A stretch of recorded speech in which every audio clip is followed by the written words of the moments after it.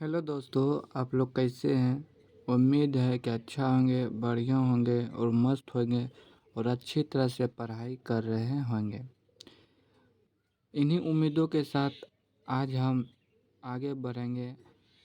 जैसे कि आपको पता है कि हम लोग एग्रीगेट डिमांड और सप्लाई वाला चैप्टर मैक्रो इकोनॉमिक्स का कर रहे हैं और उसी को अभी लगातार करते रहेंगे जब तक समाप्त ना हो जाए। अगर आप इस चैनल पर नए हैं तो प्लीज़ चैनल को सब्सक्राइब कीजिए और अधिक से अधिक लोगों तक पहुंचाने का प्रयास कीजिए। अगर आप पिछले वाले वीडियो को नहीं देखे तो पहले जाके पिछले वाले वीडियो को देखिए, तब ये समझ में आएगा। तो चलिए अब शुरू करते हैं। एपीसी का फॉर्म क्या था? एपीसी का फार्मूला क्या होता है? एपीसी का फार्मूला होता है C/Y, मतलब कंजम्पशन बटे इनकम। तो एपीसी का वैल्यू क्या होगा, यस, इन सब के बारे में हम देखते हैं। एपीसी का वैल्यू 1 हो सकता है। अगर C=Y हो तो एपीसी क्या होगा? 1 होगा। एपीसी का वैल्यू शून्य नहीं हो सकता है क्योंकि C/Y होता है फार्मूला, और C कभी शून्य नहीं हो सकता है। जब हमारे पास आय नहीं होता है तब भी हम पुरानी बचत से खर्च करते हैं। हमने आपको पहले भी बताया था, उपभोग कभी शून्य नहीं होता है। आगे हम देखते हैं एपीसी का वैल्यू 1 से ज़्यादा हो सकता है जब CY से अधिक हो, अर्थात यदि हमारे पास 100 रुपया है और वह 200 का उपभोग हो जाए तो यह एपीसी जो है 1 से अधिक हो जाएगा। अब हम देखते हैं उपभोग फलन किसे कहते हैं। क्या है? उपभोग फलन किसे कहते हैं? इससे अभिप्राय एक अर्थव्यवस्था में आय तथा उपभोग के बीच फलनात्मक संबंध से क्या कहता है कि आय और उपभोग के बीच फलनात्मक संबंध से है। इसका हम डायग्राम कैसे बनाएंगे उसको हम बताते हैं।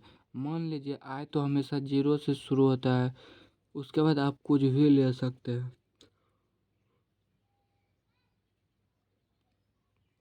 उपभोग क्या है? कहता उपभोग कभी भी 0 नहीं होता है। इसको हम लेते हैं 20, 40, है ना। एक ऐसा पॉइंट आएगा जब आय और उपभोग दोनों क्या होगा? सेम होगा। तो यह क्या है? देखिए यहाँ सेम है तो यहाँ क्या आ जाएगा? Y=C हो जाता है। ठीक है, तो इसका ग्राफ देखिए कैसे बनेगा। मैंने यहाँ पे उपभोग को लिया C को, और इधर क्या होगा? इधर इनकम होगा। एक्स एक्सिस पे इनकम होगा, है ना। एक्स एक्सिस पे इनकम होगा जिसे Y से डिनोट करते हैं।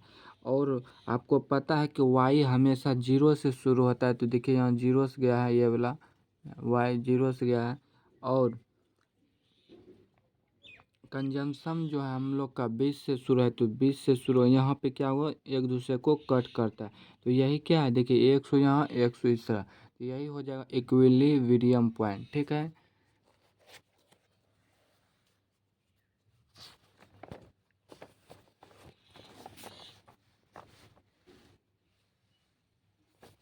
आगे हम देखते हैं। जैसा कि है ना, अब इसे हम पॉइंट में कैसे लिखते हैं उसे हम बता देते हैं। जैसा कि हम रेखा चित्रों में देख सकते हैं कि आय के शून्य होने पर उपभोग का स्तर 20 है। यह है यह स्वचालित उपभोग कहलाता है, जो जीवन निर्वाह के लिए आवश्यक उपभोग स्तर है, तथा शून्य आय पर भी इसे करना अनिवार्य हो जाता है। पॉइंट नंबर 2 में हम क्या लिखेंगे? उपभोग वक्र क्या है? उपभोग वक्र नीचे से ऊपर की ओर जाता हुआ वक्र है जो उपभोग तथा आय में धनात्मक संबंध को प्रदर्शित करता है। अर्थात आय के बढ़ने पर उपभोग भी बढ़ता है। क्या है? आय के बढ़ने पर उपभोग भी बढ़ता है। पॉइंट नंबर 3 में हम देखेंगे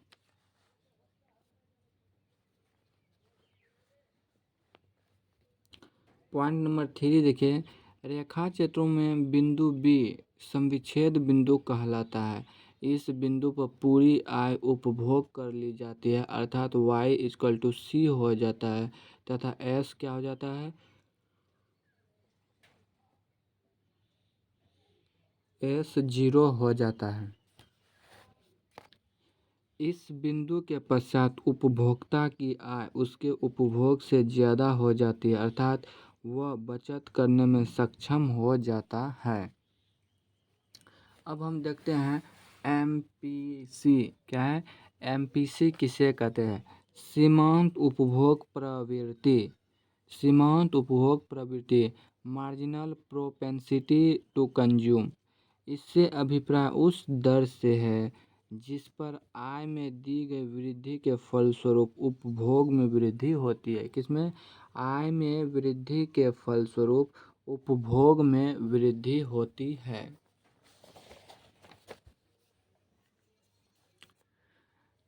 कतैया उपभोग वक्र का ढलान होता है।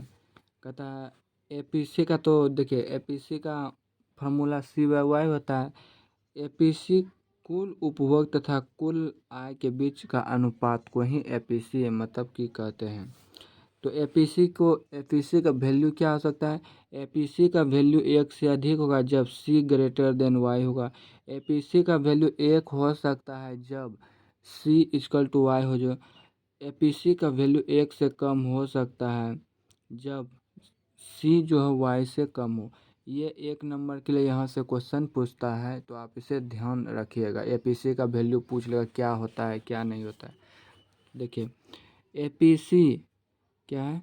कहता है एपीसी आय में वृद्धि के साथ घटती है और अमीरों का एपीसी गरीबों के तुलना में कम होता है। कहता है एपीसी जो है आय में वृद्धि के साथ घटती है, गरीबों की एपीसी अमीरों की तुलना में कम होता है। एपीसी कभी शून्य नहीं होता है क्योंकि उपभोग कभी शून्य नहीं होता है। अब हम और देखिए एमपीएस का वैल्यू जो है हमेशा 0 तथा 1 के बीच में होता है। तो आज के लिए बस इतना ही, कल के वीडियो में हम आगे देखेंगे।